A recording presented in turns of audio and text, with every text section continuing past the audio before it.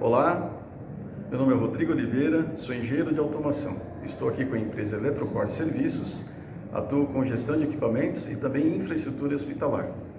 E também estou aqui na TV Relacionamento.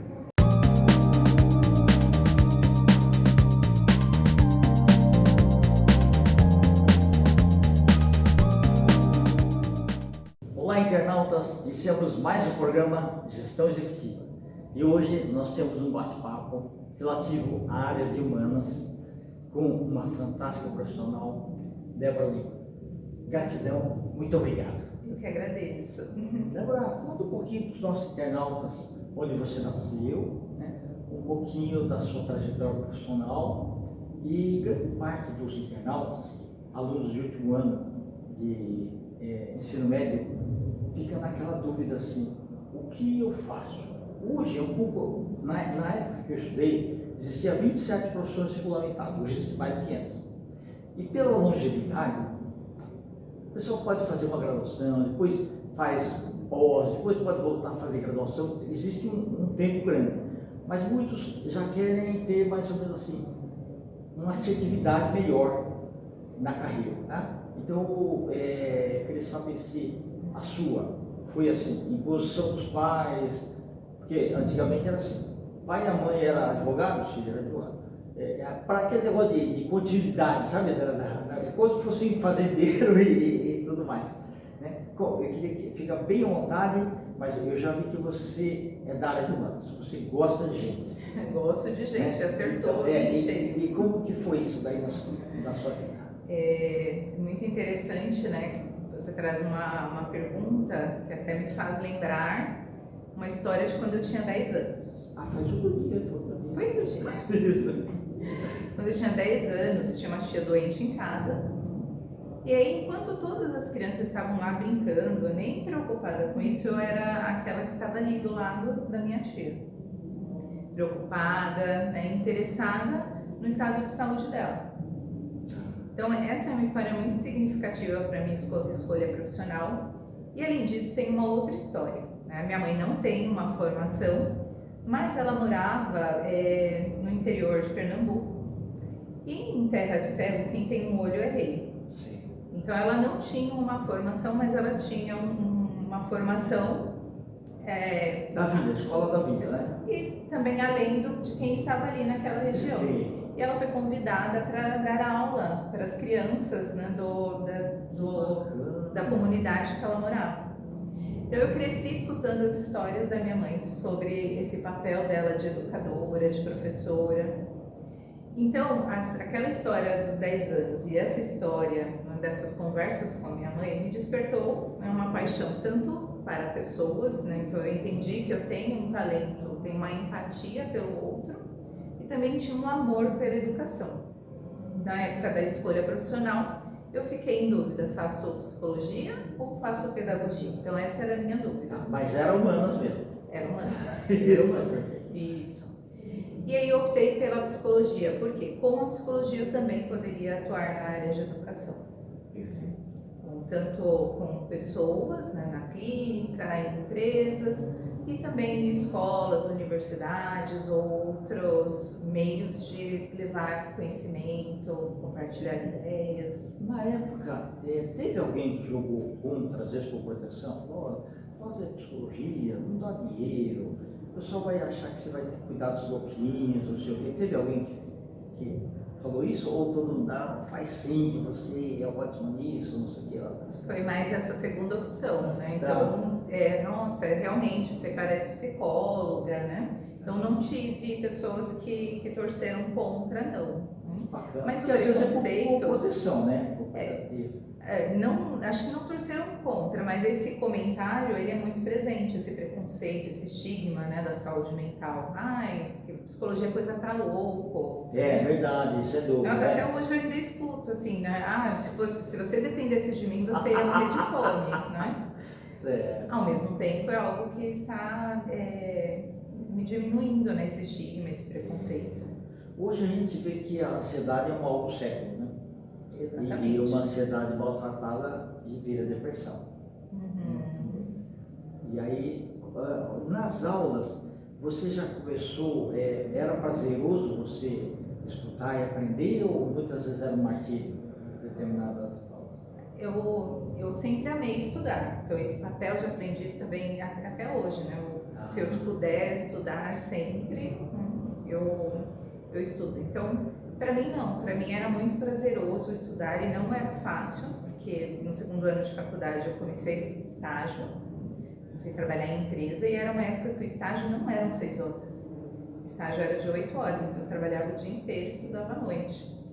Então, eu lembro de uma situação que eu estava copiando, o professor falando, eu copiando, eu dormi escrevendo. Entendi. Né? Então, apesar dos sacrifícios, de precisar dessa dedicação, para mim era muito prazeroso estudar. Ok, que bacana. Aí você terminou e já começou a fazer os atendimentos. Presenciais, né?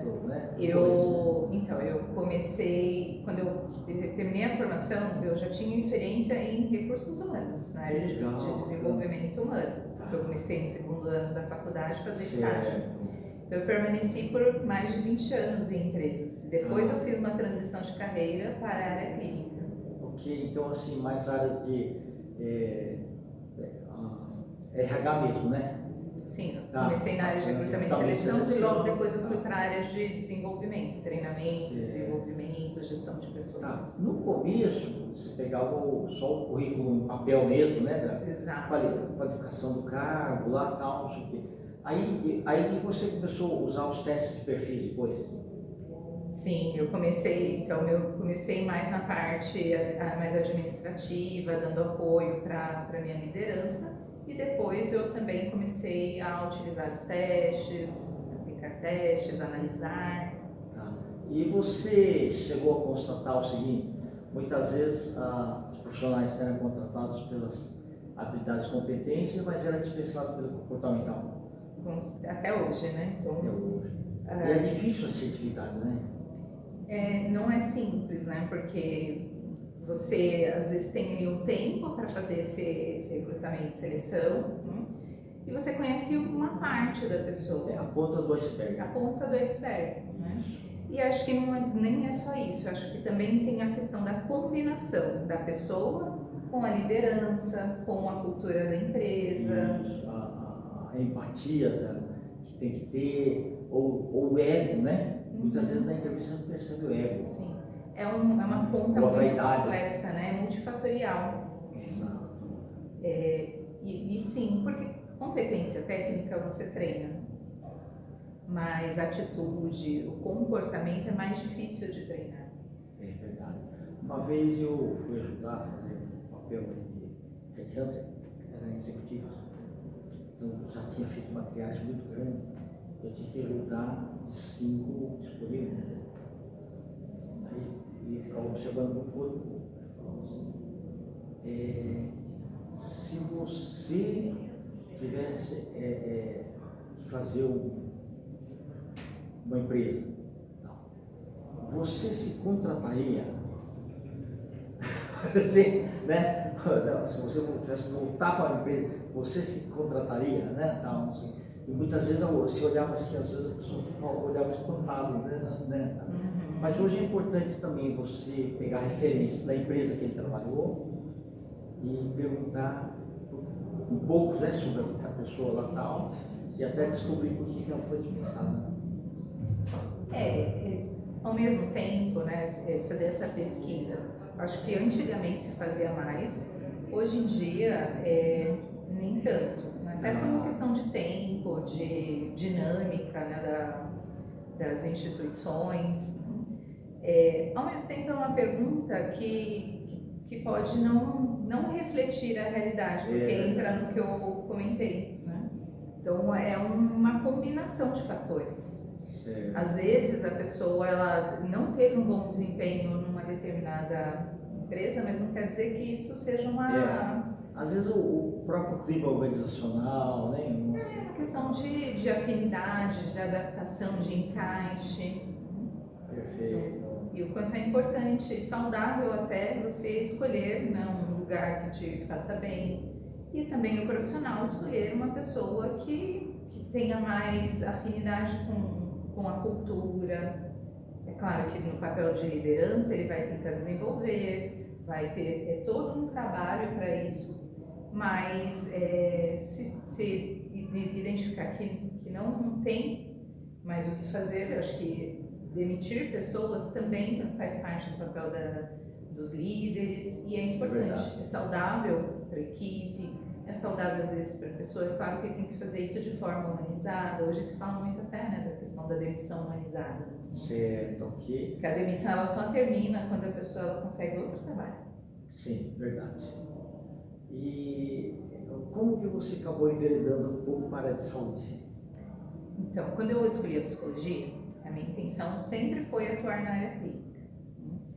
Ao mesmo tempo, eu fui para o RH, me identifiquei com a área de desenvolvimento humano, por quê? Porque lá eu atuava com a área de educação, que é a minha outra paixão. Certo, ok. Então, eu fiquei por muitos anos na área de desenvolvimento humano, porque eu me identificava, me trazia satisfação também, até que eu decidi, falei assim, não, agora é o momento de eu fazer essa transição para a área clínica. Ok. E aí eu me organizei, me preparei para essa transição e foi no tempo certo. Por quê? Porque muito do que eu aprendi, do que eu vivi num outro papel profissional, eu uso hoje como psicoterapeuta.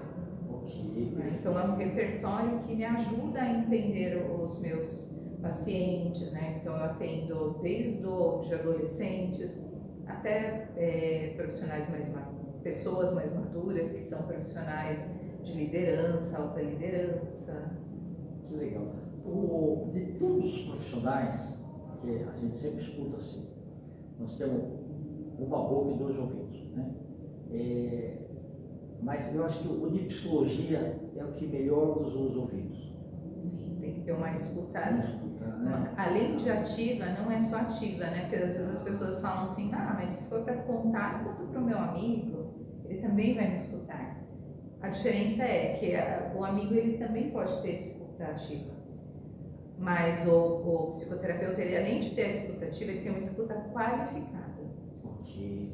Então você está conversando com um amigo e aí você conta alguma coisa, para aquilo que você contou, ele vai passar para frente, você vai continuar contando. O psicoterapeuta não, ele fala assim, peraí, isso que você me falou, e aí vai explorar aquela pontinha do iceberg, como você falou. Porque às vezes aquela pontinha tem toda uma base, né? E às vezes aquilo leva ao ponto do problema. Ao ponto do problema.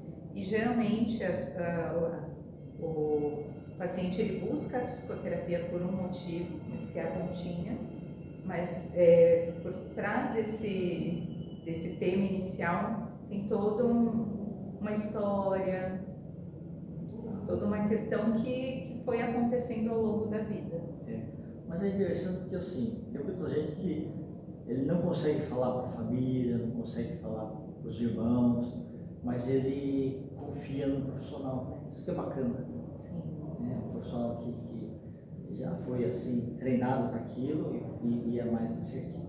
Ao mesmo tempo, mesmo buscando, às vezes não é fácil para ele também confiar.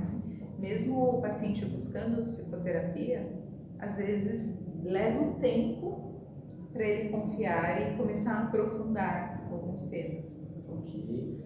Como que você equilibra o racional e o emocional? Porque às vezes tem alguns casos que você olha, puxa vida, a pessoa está sofrendo muito, né?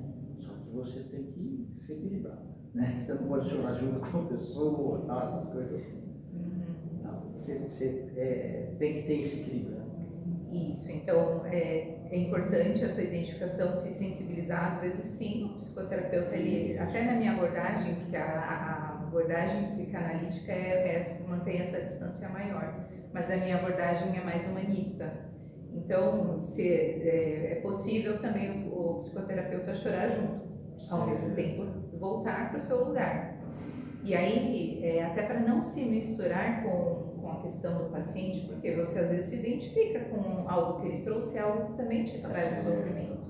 Para isso, é muito importante que o psicoterapeuta faça psicoterapia também, Ah, entendi. Tá. E supervisão, Perfeito. para saber o que é do paciente e o que é dele, e saber separar. Parece o cuidar de quem cuida, né? Cuidar de quem cuida, exatamente. Perfeito. Tá bom. E aqui no congresso, como é que você está achando aí? Nossa, eu fiquei muito encantada. Primeiro, assim, desde o primeiro contato com todo o acolhimento da comissão científica, e também ver esse cuidado com um evento de desenvolvimento humano, de educação. Então, isso para mim é muito, muito caro, muito raro, ter esse olhar para o desenvolvimento, para a educação, e ver as pessoas envolvidas nesse propósito. Um olhar humanizado. Olhar humanizado. Então, tem uma frase que fala, né, que a gente tem que viver como se fosse morrer amanhã, Isso. mas aprender como se fosse viver para sempre. Então, é o lifelong learning, né? Aprender para sempre. Até eu vi uma também, até o desenho do Calvin, ele conversando com o tigre, ele fala assim, um dia todos nós vamos morrer, mas todos os outros dias nós vamos viver. Né? Então, é viver, né, aquele dia, aproveitar, que também é um desafio das pessoas hoje em dia, viver o presente, né? Sim. E também olhar para essa questão do aprendizado, que é para sempre. Perfeito. Nós estamos nos finais, tá? Eu gostaria que você deixasse o seu contato, pode ser Instagram, e-mail, se quiser, nós vamos escrever aqui também, tá? Meu e-mail é debora.lima@dlpsicologia.com.br e o Instagram é deboralima_psi. Perfeito. Gratidão. Fiquei muito feliz, foi uma honra. Eu que agradeço, obrigada. Internautas, nos agradecimentos então a essa fantástica profissional, Débora Lima, nós finalizamos mais uma gestão executiva. Grande abraço e até a próxima.